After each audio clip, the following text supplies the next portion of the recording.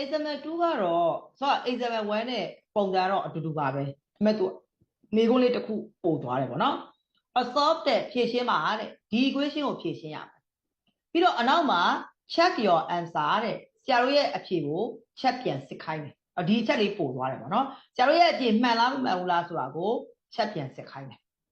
သူက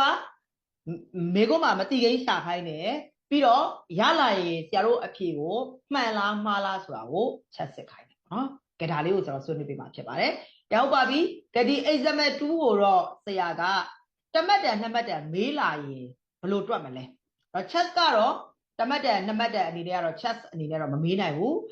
solve equation တွေလည်းပဲမေးနိုင်တယ်ပေါ့နော်ကဲအဲ့တော့ဆရာကတမတ်တန်သို့မဟုတ်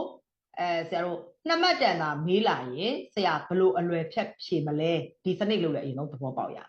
အဲ့တော့ဆရာဒီမှာရေးလိုက်တယ် 8 square plus 2a plus 3 equal to 0ကဲဟုတ်ပြီဒါကိုဆရာတို့ကဏ္ဍပေါင်းတဲ့တစ်ချက်နှိပ်မယ်နော်ဟုတ်ပြီအဲ့တော့ကဏ္ဍပေါင်းတဲ့နှိပ်မယ်ဆိုရင်ကလေးတို့အနေနဲ့က memory ကိုအရင်ဆုံးရှင်းထားတဲ့တယ်ရှင်း9 3 3 equal AC ရှင်းပြီးသွားပြီမုတ်ကိုနှိပ်မယ်5ကိုနှိပ်မယ်ပြီးရင် equation ပါတဲ့3ကိုရွေးမယ်ဟုတ်ပြီဒီအကွက်ထဲမှာဟောဒီရှေ့ကဒီကဏ္ဍလေးထည့်မယ်1ရယ်2ရယ်3ရယ်ဟုတ်ပြီနော်ကဲအဲ့တော့ဆရာထည့်ပြီး1 equal to 2 equal to 3 equal to ဆိုတော့ဘာတွေပြန်မလဲ -1 plus root 2i အဲ့တော့သူရဲ့အဖြေက 8ရဲ့အဖြေဒီ -1 plus root 2i တခု or နောက်တစ်ခုက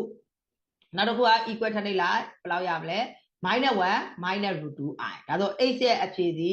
-1 minus root 2i ဖြစ်တယ်ဟုတ်ပြီကဲဒါဆိုရင်ဒါကတော့ဆိုတော့တမတ်တန်နှစ်မတ်တန်မေးခဲ့တယ်ဆိုရင်တော့ဒါပြီးသွားပြီပေါ့နော်အဖြေပေါ့အကယ်၍တမတ်တန်နှစ်မတ်တန်မဟုတ်ဘဲနဲ့ဒီ example 2ကို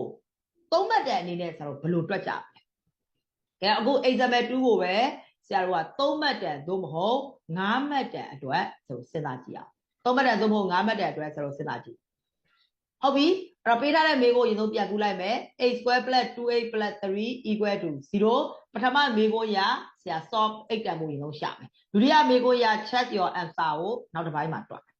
ဟုတ်ပြီကဲဒါကတော့ကျင်းစီတော့စာခွင့်ခွဲလို့မရအောင်အဲ့တော့ကျွန်တော်ဘာလုပ်ကြမလဲအလဲကိန်းကို2နဲ့ခွဲ